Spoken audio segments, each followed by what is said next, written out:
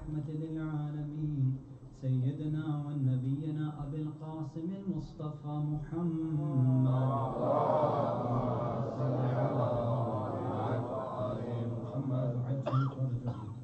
ثم الصلاة والسلام والتحية والإكرام على أهل بيته الطيبين الطاهرين المعصومين المظلومين المنتجبين المكرمين الخيرين الفاضلين السيدين الصادقين ولعنة الله على أعدائهم أجمعين من الأولين والآخرين إلى قيام يوم الدين صلوات الله عليه وسلم.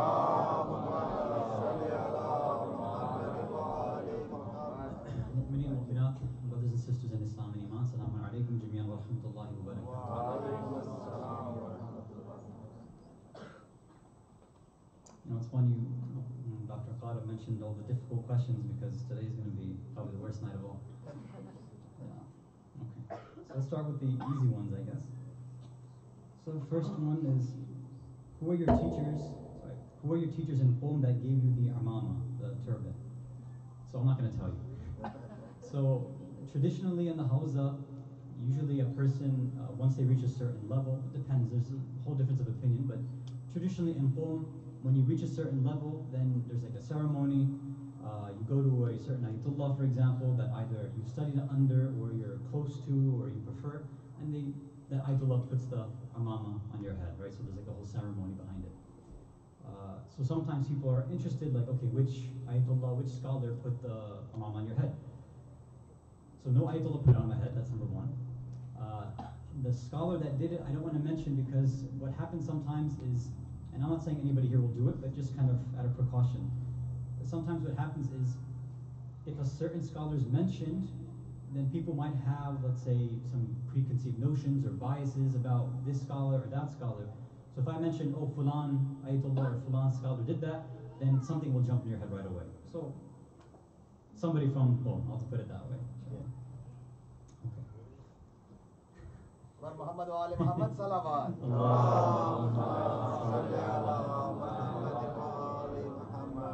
And I guarantee 99% of you won't know who he is anyway, so it's okay. Next question. Okay. We recite that Imam Hussein alayhi salam brought the body of Hazrat Ali al-Akbar by himself, meaning back to the tent after he became shaheed. But I've also heard he was the first to be martyred from the Ahlul Bayt, which is true. So I was a little confused by this question. So basically, there's differences of opinion about, the order of who became shaheed, on Ashura. But typically, most people say after the companions and friends of Imam Hussein went out, then afterwards the Banu Hashim, right, the family of the Prophet, came out. And typically, most ulama, at least most of the historians that I've seen, say that Ali al-Akbar was the first one that Imam had sent himself to go out and fight. So I don't know if this questioner, like exactly what they're saying here. So obviously if Ali al-Akbar goes out first, then typically what had happened is, they say Imam Hussein and Hazrat Abbas were basically the last two who remained after everyone else. So whenever somebody had died on the battlefield, they would be the ones who would bring the bodies back. Like this was typically, what was said. So I don't know what the confusion is necessarily. If the person's here, inshallah, when we have our Q&A tonight, which I think there is a plan for, after everybody grabs their food, inshallah, whoever wants to, they can just come up here. And those who are not interested, obviously, you can just eat downstairs. I think he's trying to ask that if he went first, then why Imam Hussein went alone and he brought him alone? Why not the other company? Okay, interesting. Especially when Hazrat Abbas was there, if he was the first one to get martyred. Yeah, so the details about, the bringing bodies back and things like that, because in the books, the Maqatil, the books about the history of Karbala and what happened on the battlefield, there's minor little, differences of opinion here, right? Which some of them will mention tonight regarding, for example, the sons of Muslim ibn Aqil. But regardless, I don't want to say the majority opinion, but at least the books that I've referenced or I've researched for the Masaib, and I think the one that most of you have heard is that Ali al-Akbar went out first, right? He was the first one to kind of go out, or another way to put it was one of the first to become shaheed among the Banu Hashim. And based on that, once that happened, that's when Imam Hussein, either by himself or with Hazrat Abbas, brought the body back. So again, which opinion is stronger, that I don't know.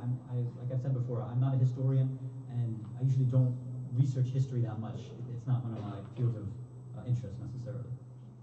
So if anybody's interested, I can give you links in at least books in English or Arabic, if you can read Arabic, or Farsi, about the different historical books about Karbala, so you can read the different opinions yourself, inshallah. Salawat ala Muhammad.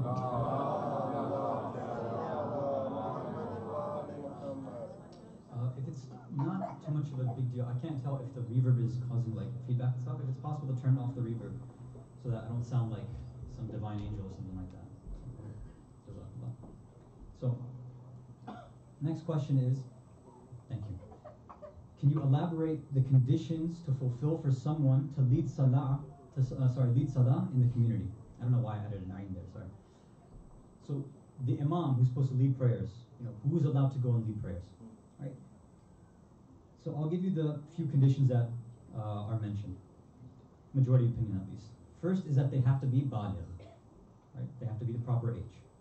Second is aqil, meaning they have to be of sane mind, right? Third is that they have to be in a Shia Ithna Ashari. They have to be a Shia that believes in the imamate of 12 imams, right? So, for example, there are certain Shias that, let's say, believe in 7, 4, there's differences. One of our main conditions is that they have to believe in all 12 imams.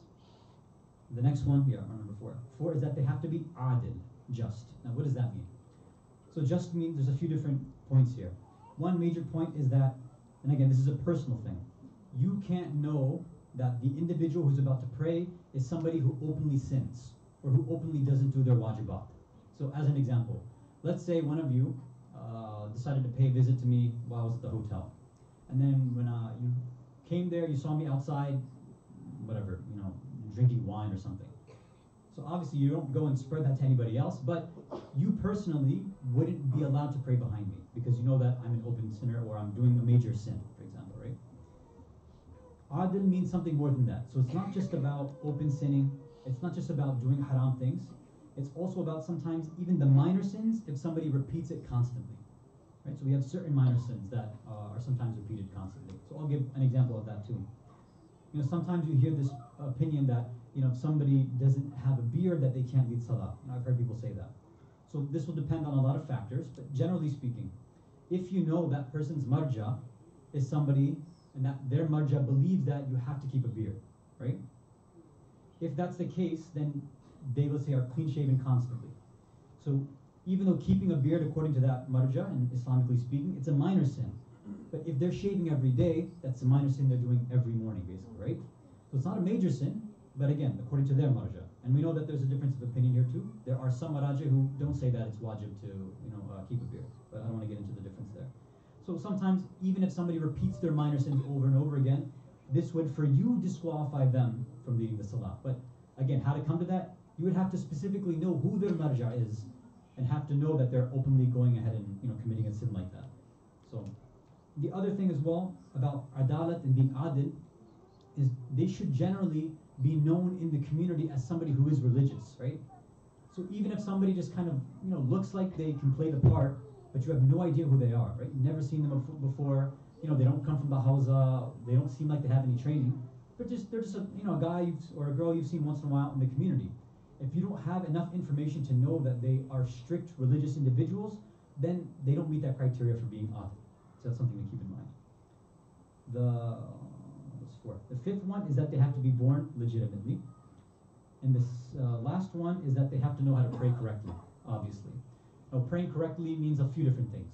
Obviously, they should know the rulings, right? But specifically, their Arabic should be correct too. So if, for example, I know many people in our communities, to this day, their pronunciation is a bit more, let's say, Farsi or Urdu, right? It's not the actual correct Arabic, which inshallah, hopefully, we're all working on. And I think we had gone through a little crash course a couple of years ago as well. So if the person can't pronounce things properly, right? So if they're saying something like Sirat al-Lazina, you wouldn't be able to follow them because that's not the correct pronunciation, right? Sirat al-Lazina. If they say, wala zaleen or wala zwaleen or something like that, instead of wala dhaleen or wala dhaleen, then it would be a problem to follow somebody like that. If they say something like inna a'atayna kal kawsar, again, that's incorrect, right? It's kawfar, th sound. So you have to yourself know what correct Arabic is, and then you'd have to know if this person is pronouncing it correctly as well. Salawat ala Muhammad.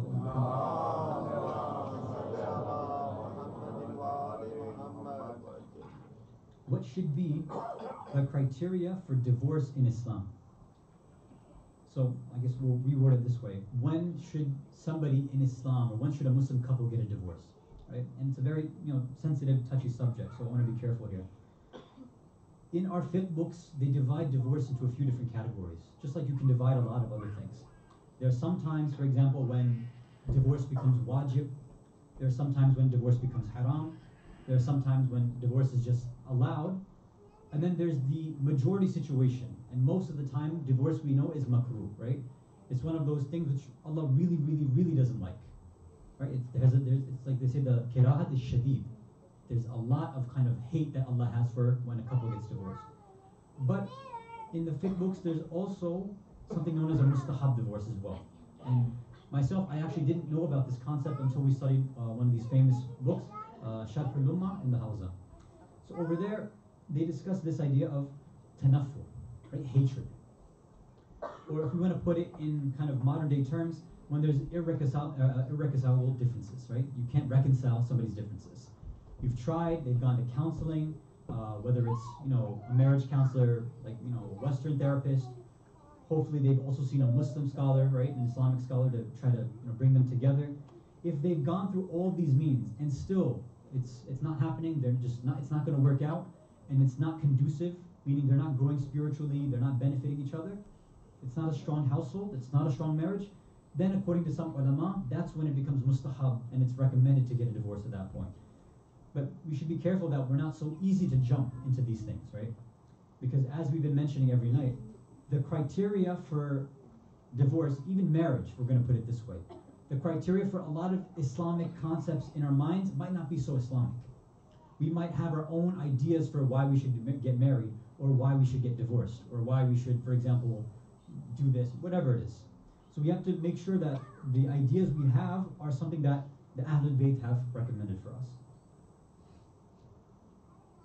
Is overeating haram or makruh? So this is a repeat question. We have already answered that before. We said that in terms of the fiqh, it's makruh.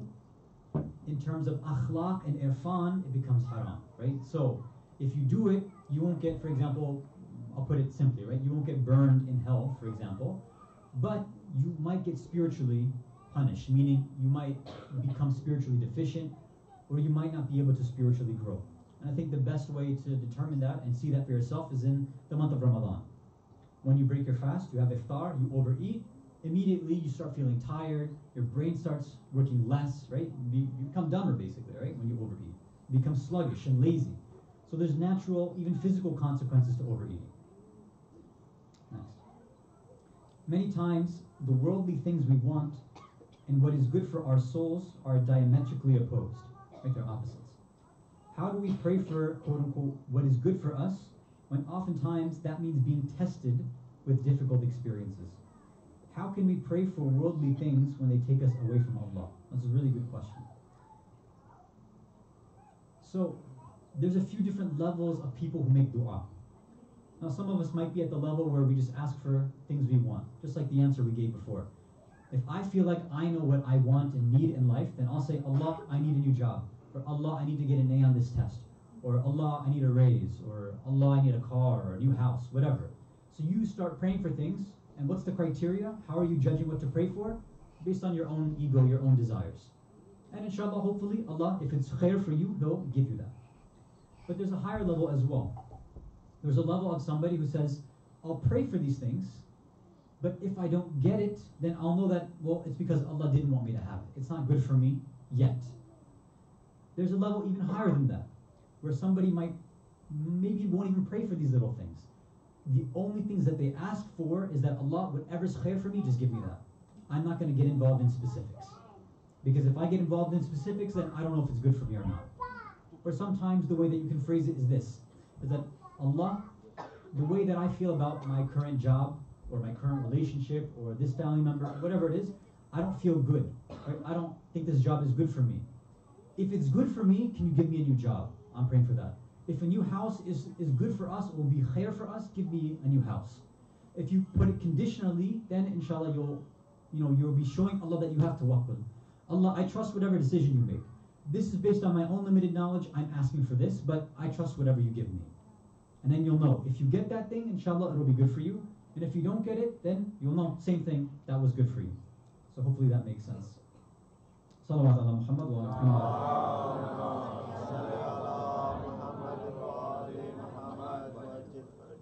And of course, the other part of this idea of sometimes dunya being opposite or diametrically opposed to akhirah, or our spirituality, we talked about a few nights ago, right? When we were talking about being ahl dunya, or being somebody who has hubb dunya. How do you know if you're in love with the world? We said you can have nice things. There's nothing wrong with that, but you have to judge yourself. Are you attached to these things, right? Are you able to give them up or not? So you can test yourself for that. Where can I get more information, such as books or articles, etc., on the differences between men and women, or the spirituality between men and women in Islam? So for the individual who asked this question, the best thing is I can email you books and articles, or WhatsApp you, whatever, and I'll send you some lectures in English or whatever language you want as well.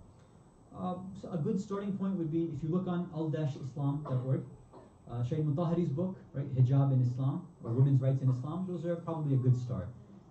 It's a good introductory discussion about the difference between men and women. His focus is more so on women, but again, he talks a little bit about gender difference there as well. Did the Imams protest for their haqq of wilayah? Are there examples? Imam Ali alayhi salam didn't fight with the sword to keep the ummah together, but wouldn't fighting have prevented later distortions? And then the second part of this is imama a worldly and spiritual leadership, or is it just spiritual? To protect Islam, aren't both necessary in a prophet or imam? So there's a lot of different points. So after one of the discussions downstairs, there was a few brothers. We had this discussion, so I'll give you the shortened version of it. So the first is, did the imams protest for their haqq of wilayah? They said yes, absolutely they did. But protest doesn't mean they went out in the streets and were with like signs and chanting and things like that. There's different ways to protest, right? So the person's asking for examples, right? So he's saying Imam Ali alayhi salam didn't fight with the sword to keep the ummah together. But the response is that historically he did do that. The first thing he did after Saqifa was say, okay, now that my haqq, my right has been taken, who will be there to come and defend? Who will be there to fight alongside? And he made this call and said that if there are people, the ones who put their hand in my hand at Ghadir, those who gave their bay'ah to me, those who support me and saw Rasulullah say over and over again that I'm the one who has wilayah after Rasulullah.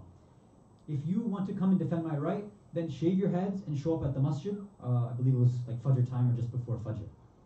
But what happened is only a handful of people showed up. Even though hundreds, if not thousands or hundreds of thousands of people gave bay'ah on the day of Ghadir, one Imam Ali said, I want to go and take my right back. Only the riwayat are different, but they say 4, 5, 7, maybe 10 people showed up. And then in the narrations, Imam says that, if I had even 12 or 40 people, I would have risen up and I would have taken my right. But because nobody came to defend me, then I can't do that. I couldn't do that. So the Imams are always ready. It was the Shias who were the problem, who weren't defending their Imams. That's why all of these things we see in history, right? Imam Ali alayhi salam wasn't able to take his right back. Imam Hasan alayhi salam, who people like to say is the one who wrote the treaty. One of the first things he did after he became the Imam was he increased the size of the army, and he increased the army's pay, because he says we have to wipe out Muawiyah and take back my right. That's not somebody who is trying to set up a peace treaty right away. He wanted to get his haqq back, but what happened? Muawiyah sent spies. The Muslims would argue with him, why are we fighting? Can we just stop fighting? Enough of this. There was Khawarij that were causing issues. So the Imam had no choice. He said, if I don't have people to support me, then the only thing left is to sign a treaty. Because what can I do? And we see how bad it got with Imam Hussein alayhi salam, which is the reason we come together every year. This is how bad it got. That the Ummah just completely forgot Islam, let alone Shia Islam. So we see the Imams constantly asking, we're ready. You just come and defend us and we'll take our right back. But unfortunately, the Shias and other Muslims didn't come and defend the rights of the Imams. Inshallah, we are not those types of Shias ourselves. Salawat ala Muhammad wa ala Muhammad.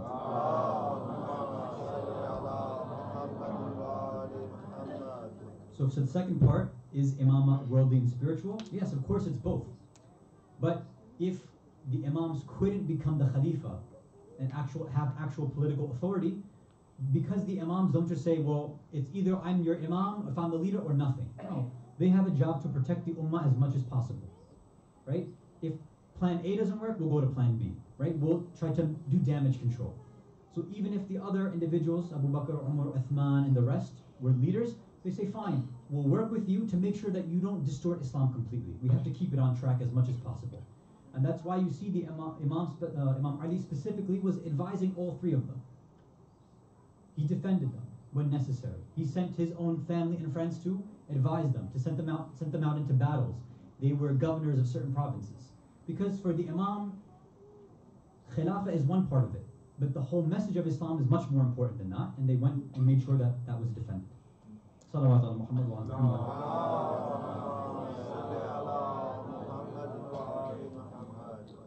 We're going to go through 2 more questions tonight, inshallah, and then we'll move on to the topic. But the last one we're going to go through is going to take some time, I think. So there's a chance that we might not get to the topic, and because these are the last 2 questions on Slido, so I want to get through these, inshallah. So the next one is a short one. Is there any recommendation on whether it's better to stand or sit when ziyarah is being recited?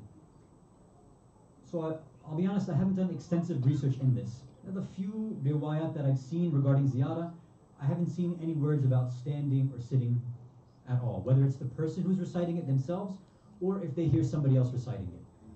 So I can't say that I've seen one, but if you've heard an opinion from some other scholar, please let me know, inshallah, so I can learn from you. Now, I'll give just a kind of general point for us to consider. Sometimes we have this idea of ihtiram and respect too, right? So let's say some elder or somebody respectful walks into a room and you want to say salam to them. Usually you would get up, right? Standing up is usually a sign of respect. So ziyarah is us sending salams to the Ahlul Bayt, right? It would make sense, it seems, again, I'm not giving you a fatwa, I'm just saying how I'm thinking, right? That when ziyarah is being recited, again, if you're not tired, if it won't really take away your spiritual stamina, it may be more respectful, maybe, to stand up and recite it. In the same way that if you were going to say salam to somebody, especially if the imam actually walked in here, of course you would stand up and say salam to them, right? But again, there's nothing wrong with sitting if that's what you want to do. Okay, so now the last one. First, I'm going to read this thing I'm going to read this whole comment, and then inshallah we'll see where we get to. With all respect to you, you already know that's a bad start, right? With all respect to you, your comments about women were not appreciated. Women have the right to challenge and question every aspect in our religion. You should address women as sophisticated creatures and not dismiss them. You are not a woman, that's true, and you cannot speak on their behalf or their issues. It's not acceptable to impose your ideas on women and not give them a chance to challenge you. It's not acceptable to impose your ideas, As a leader, your role is to be challenged. My advice is to change the way you deal with women's issues, so young Muslim women do not go away or get pushed away from your speech. Okay.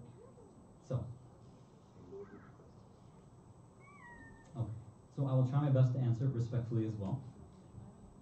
So, obviously, a few nights ago, one of the questions that we had answered was about women, was about misogyny, Islam and misogyny, how's that, these things. So, I gave a very short, concise, filtered answer, and I won't deny that. And I tried to answer it the way that the question was framed by the people on Slido, right? Whoever, the 1 or 2 individuals that sent them. So there's a lot of things to kind of unpack here, and I want to spend the proper time going through this, and I don't want to brush this away. So if we're even not able to get to the topic tonight, then that's okay with me. Hopefully that's okay with you as well, inshallah. So before we begin, let's send a salawat ala Muhammad wa ala.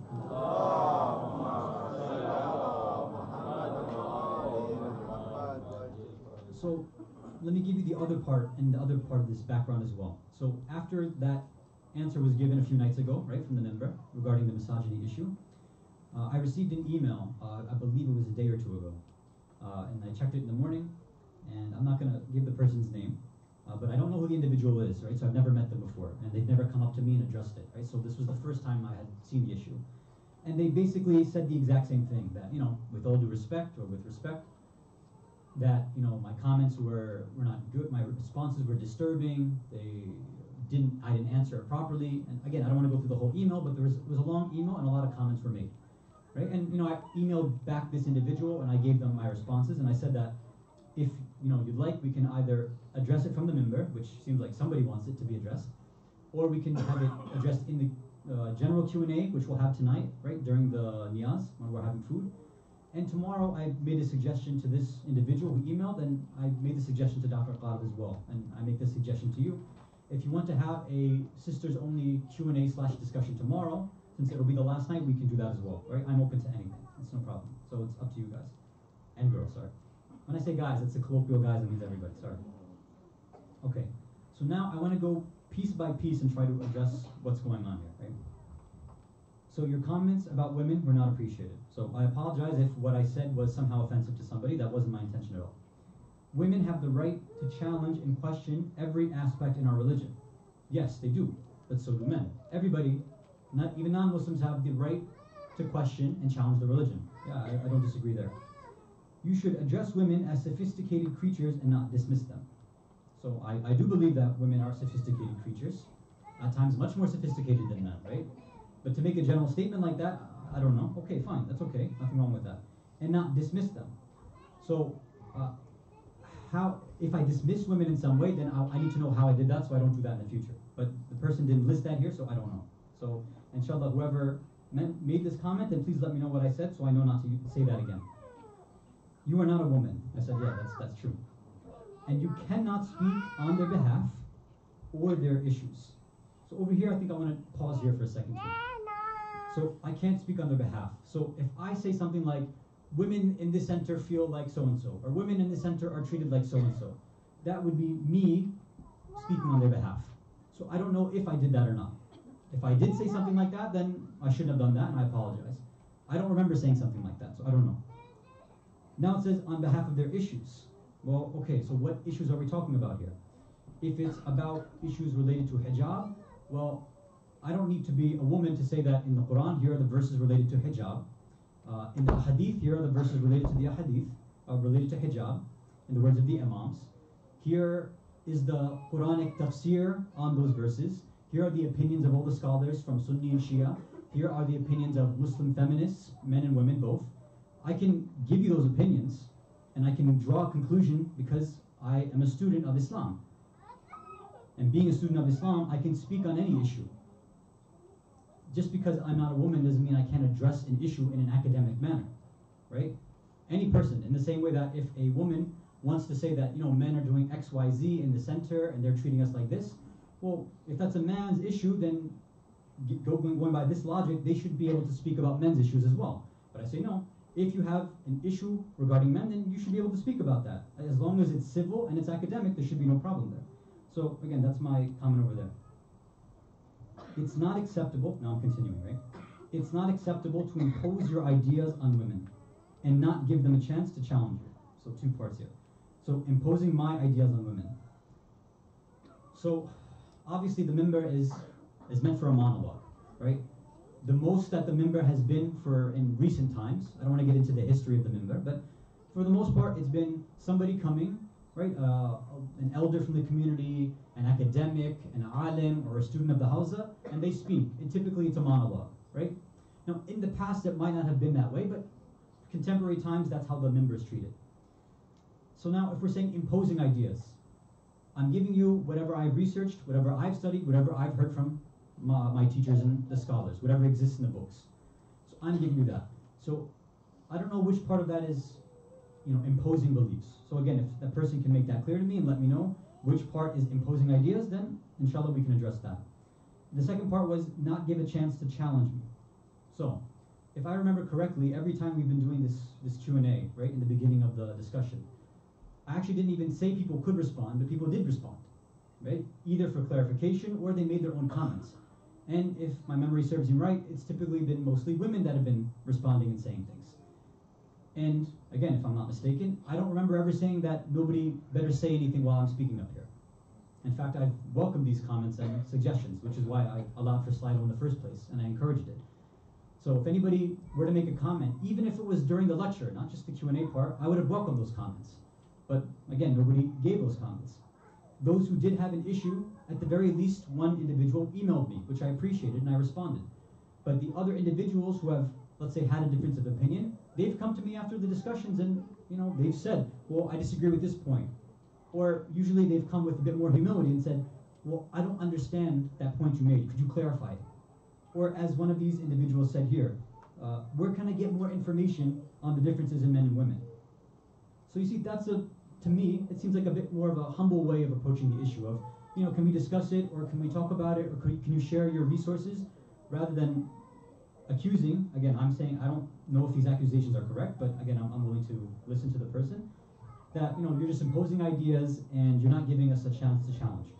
Anytime, and if the person's here tonight, you're free, bismillah, to speak up right now. I have no problem, and we can hear you out. So whenever you'd like to, you can say that. If you prefer to do it privately, as I've been doing, I think almost every night, I've been leaving Matam actually, which is not necessarily a good thing, but because I know time is limited, I've left Matam on purpose, went downstairs, I've announced it that anybody who wants to talk about anything, privately or publicly, we can go and discuss it.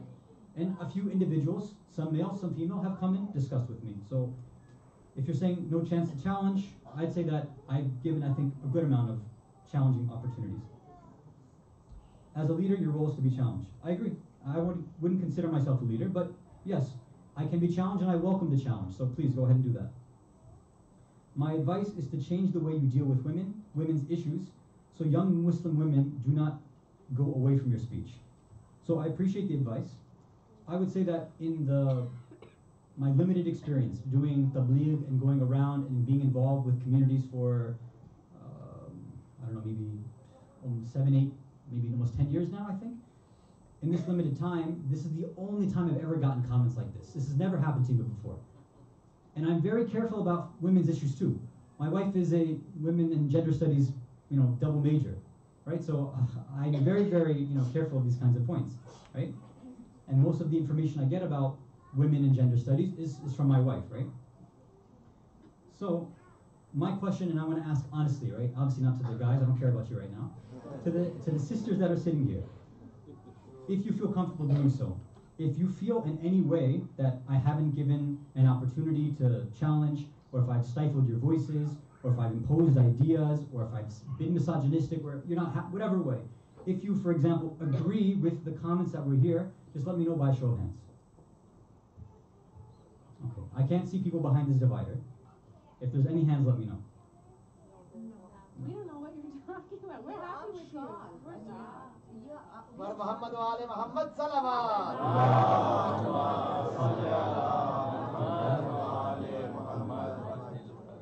Now, it's possible that people are afraid to raise their hands. That's okay. I understand. So again, if the individual is here, then, and you don't feel like speaking up now, that's fine. You can let me know. Again, you can take my information. We can speak if you want to talk afterwards. At any point, it's fine. But my experience is that if you have a difference of opinion, I would prefer you say it in front of everybody, not just to me privately. Because the benefit of that is if there's a mistake that I've been making, then if everybody else hears it, then I can correct myself in front of everybody, right? They hear the mistakes that I've made. And then I can go and correct that, inshallah. And that way everybody can benefit from your knowledge as well, and I can benefit, inshallah. Muhammad wa ali Muhammad salawat.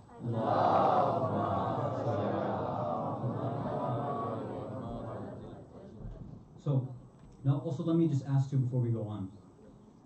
So I'm assuming, my assumption, again, if the person is not here, then I would say, I don't know what the value is of leaving a comment and then not attending the lecture to hear the response, but khair, no problem. If the individual is here, then inshallah we talk. If not, then, again, I don't know what the point of sending a question is or a comment is. So if the sisters are interested, you can either mention it to me or mention it to any of the board members, or again, I'm usually standing here afterwards, or I go downstairs, or whatever it is. Or tonight when we have the joint Q&A, just let me know, and tomorrow we can make it a sisters only discussion, and the men can go off and do whatever they're supposed to be doing. I don't know, anything, right? So inshallah we can talk about that. And again, any other comments? Well, let me do it one more time just in case, right? If anybody has anything at all that they want to say, any sort of comment, besides me speaking fast, I already know I do that, right? And nothing about my hair. We already talked about my hair. So any other comments, criticisms? I just like to say you did wonderful. I'm surprised at that question because you just did the opposite.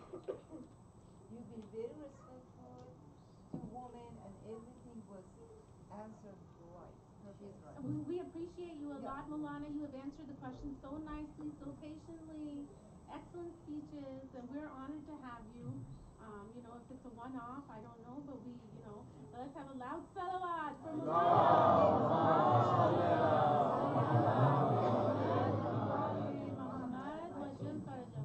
That is the best comment we have heard so far. Alhamdulillah. Thank you, sister. You want to pose your views on the women, please? So, Jazakallah, thank you for the comments, although they're not really deserving. But I would have much more appreciated if there were harsher, more critical comments. But inshallah, Jazakallah khair, thanks so much. So just for the blessing, safety, and continued spiritual and intellectual progression of this community, which I really do enjoy coming to, let's send up one more loud salawat ala Muhammad wa ala Muhammad. I want to make a comment. You know, we really appreciate it because you're the first one in the history of this center to come up and say, ask me questions openly. You know, posting this on. You brought the idea of Slido. You brought it ahead of time, not at the beginning. And we really appreciate it because that's always the questions are always the heart of all the speeches. And we really appreciate it that you brought this technology and you introduced to us. And we're gonna benefit next year's count. Then new speakers, we're gonna bring it ourselves because this is so beautiful. Inshallah. Inshallah, you're able to benefit more from the more qualified speakers and ulama that come, inshallah, and you can use this. Inshallah. Salawat ala Muhammad wa ala Muhammad. So I can't impose on you, but you can impose on me and tell me when to go. That's not okay. We'll go for it, inshallah.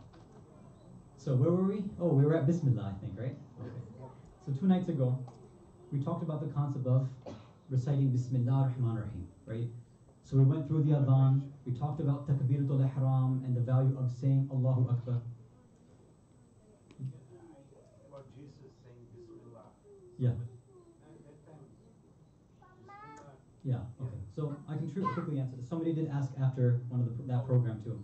So the uncle was asking, so there's a narration that we recited and shared about Nabi Isa alayhi salam, you know, about the value of Bismillah. I don't want to go through the whole thing again. But so the question was basically, okay, back then, where Nabi Isa, when he was alive, you know, the language they were speaking wasn't Arabic, right? It was most likely Aramaic, so or Hebrew, right? So if that's the case, then how could Bismillah have been given that kind of value? Possibly Assyrian. Yeah. Oh, excellent. Yeah. So either Assyrian, Aramaic, or Hebrew, right? So. Or, again, the fourth opinion would be Arabic as well, but again, we'll get to that. It was a hodgepodge of a lot of different cultures and languages. As usual with most things, there's a lot of difference of opinion. But anyway, so, the 2 opinions that I've understood are this. One is that the equivalent version of Bismillah in that language was recited then. So it was whatever language that was used. That's what Nabi Isa alayhi salam had understood and recited. So whatever it was, whether it was Hebrew or Aramaic or whatever it was, fine? Another opinion was that although the language that people were using was something else, like Hebrew or whatever, the language that people used for religious instruction was different. Meaning, Bismillah was still there. And that was there from the beginning of time. So this opinion exists in, if you look at this book of Shaykh Saduq, it's called At-Tawheed, Tawheed al-Saduq. May Allah bless his soul. In there he talks about how Allah is the one who actually created Arabic. Every single letter has a specific meaning. And this language has been utilized throughout time, right? And the secrets of the language have been passed down among the prophets. So some say, yes, Bismillah ar-Rahman ar-Rahim even existed during that time, even if that happened to be the only amount of Arabic, right? So that's another opinion as well. And there's a few others that's escaping my mind right now, but those are the 2 I think that would qualify. So hopefully that answers it or puts some things in context, inshallah. Okay. So we said, we went to Bismillah. We said, there's all these benefits. What's the shart that the Prophet was saying? Is that in order to gain these benefits from reciting Bismillah, you have to have 2 things. One is yaqeen, absolute certainty in the value and benefit and the fa'idah of this. And the second is ma'rifah. You have to really know, yarhamukumullah, you have to know exactly what you're saying. You have to know the deep meaning, have recognition and understanding of what is Bismillah ar-Rahman ar-Rahim, which we talked about. So again, because of lack of time, I won't go through a full recap. Most likely tomorrow we'll try to recap all the different points that we have mentioned in the past 2 weeks. Salawat ala Muhammad wa ala Muhammad. So let's move forward. So again, because of shortness of time, we're skipping Surah Fatiha and going through a tafsir of another surah, right? So we'll have to jump from Bismillah and we're going to go right to Ruku.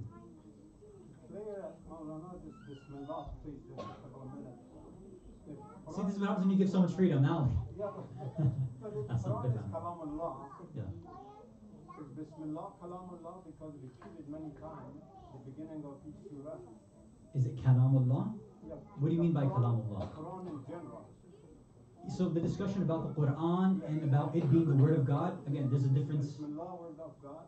Of course. So the Quran itself, we say, is Kalamullah, right? That is the word of Allah, Yes. right? That was recorded by Rasulullah sallallahu alaihi wasallam.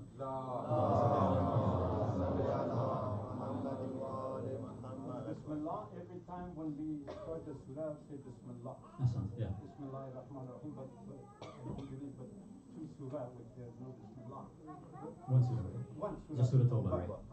But every time before the surah, is nuzul from the God, to say Bismillah came down, or it's Okay. repeated, how it?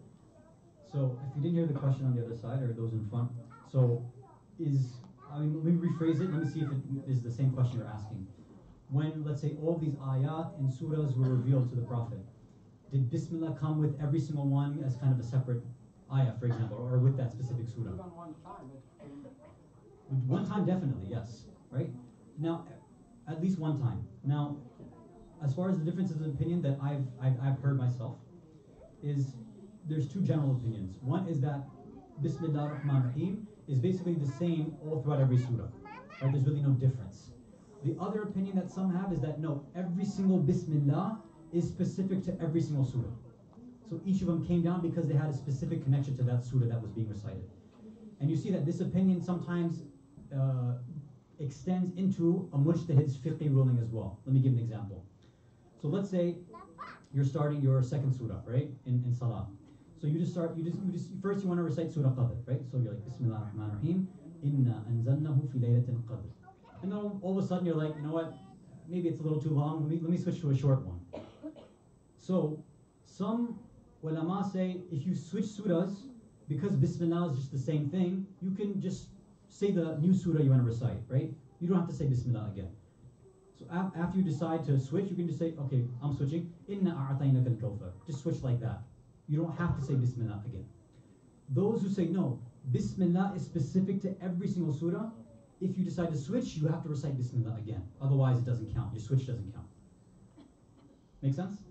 I don't know if it's not going to fully answer your question. That much I know. But it's something a bit deeper in the discussions of tafsir. If we have time, maybe tomorrow night a bit more, or later on.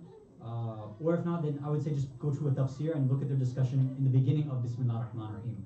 Whether it's Tafsir al-Mizan would probably be a good start, inshallah, and you can see it there. Okay. Because I have a question just regarding the same thing. Yeah. I guess the question is that we know that the Quran came in different part of the Quran came in different times. Yeah. Is it the case that Almighty God sent 114 Bismillah ar-Rahman ar-Rahim in different times? Or I guess that's the question. If that Almighty God has sent us 113 times Bismillah ar-Rahman ar-Rahim? As far as I understand, regardless of those opinions, as far as I've seen, is that yes, outside of Surah Tawbah, right? Outside of that one, then yes, 113 times it was being mentioned. At the very least, because let's say the first of the ayat are being recited, so it's being like a start of that. So I'll give a quick example, right? So when you look at the hadith for Surah Yusuf, right, and I'm sure most of you are familiar, right? The Jews had come and asked, and they're kind of challenging the Prophet about his legitimacy. And so he said, you know, I can tell you a story that basically you haven't heard or that you don't know the full details of, that I could not have heard from anywhere else. So that's when Surah Yusuf had come down. And if I remember correctly, you know, anybody who knows different can correct me. In the hadith, it has specifically Bismillah ar-Rahman ar-Rahim, and then it begins, right? The Surah Yusuf. So it seems, as far as I understand, now I can double check inshallah, that with at least the beginnings of when a surah was revealed, yeah, the Bismillah would come again. Otherwise it also seemed that, again, logically, that especially if we're being told and recommended to recite Bismillah, especially at the beginning of a surah, or any time that we recite the Quran, then it would seem that this would have to happen as well. But Let me see if I can do a bit more research, inshallah, and I'll try to give a better answer for that tomorrow. Okay. I think we're going to have to just jump to Masayib, inshallah, because we're running out of time. Salawat ala Muhammad wa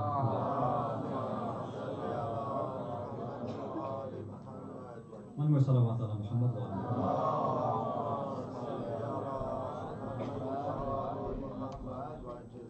So again, just to reiterate, tonight, during Matam, if anybody wants to talk about something, privately, I'll be downstairs. Right after Matam, you can grab your food and bring it upstairs. Sorry? There's no yes? Oh, it's tabarruk. Okay, so I can hang around for, right after, so after ziyarah is completed after Matam, then I'll hang around here for a little bit for anybody who wants to, talk about something more publicly, right? Inshallah. And then tomorrow, depending on what I hear from individuals here, we can have a sisters only discussion or Q&A, or if we want to do another joint one, we can do that, inshallah. One more salawat ala Muhammad wa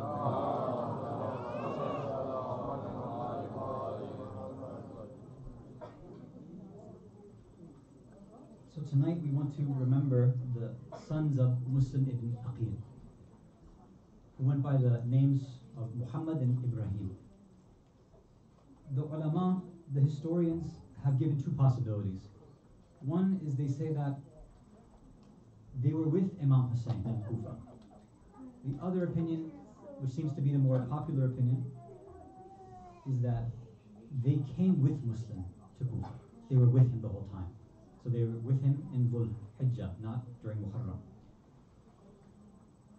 So what happened was, when they came with Muslim, and then Muslim was executed by Ibn Ziyad, la'anatullah alayh, then they were put in prison.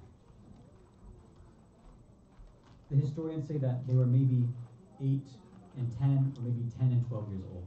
So around the same age as On and Muhammad maybe. These two brave individuals were by themselves, away from their parents, away from their family, away from their friends. 2 young children in a prison in Kufa for 1 full year. And they said that they were tortured, they were harassed, they were barely given any food and water. The ulama say that because they were from the family of Ali Muhammad, they knew how to understand and have sabr during these times. So they say that this whole year they were fasting all day. And of course all night, inshallah, in salah and praying and making dua. After this year had passed, one of the brothers had said, he told his other brother that, maybe if we tell this prison guard, he seems like a good individual, he seems like he's very kind. Maybe if we tell him who we are, maybe with that kindness in his heart, maybe he'll let us go. So one night when this prison guard came, he said, Ya Shaykh, do you know Rasulullah Muhammad? He says, yes, of course I know, that's my prophet, it's my Nabi, how could I not know him? Another brother said, do you know Ja'far ibn Abi Talib? He says, of course, Ja'far al-Tayyar, he's the one who's been given wings like an angel, who's flying in heaven. He flies like angels wherever he wants to go. The other brother says, do you know Ali ibn Abi Talib? He says, yes, I know who he is. He's the cousin and brother of my Rasul. So the child responds and says, Ya Shaykh, we're from the family of Rasulullah. We're from the family of Aqil, Muslim ibn Aqil ibn Abi Talib. We've been in your prison for over a year now. You don't give us good food. You don't give us the proper amount of water. You harass us and you torture us in this prison. Can't you do something for us? When the prisoner heard this, he unlocked the gates, immediately fell down at their feet and began crying and weeping, saying, how could I do this to the family of Ali Muhammad?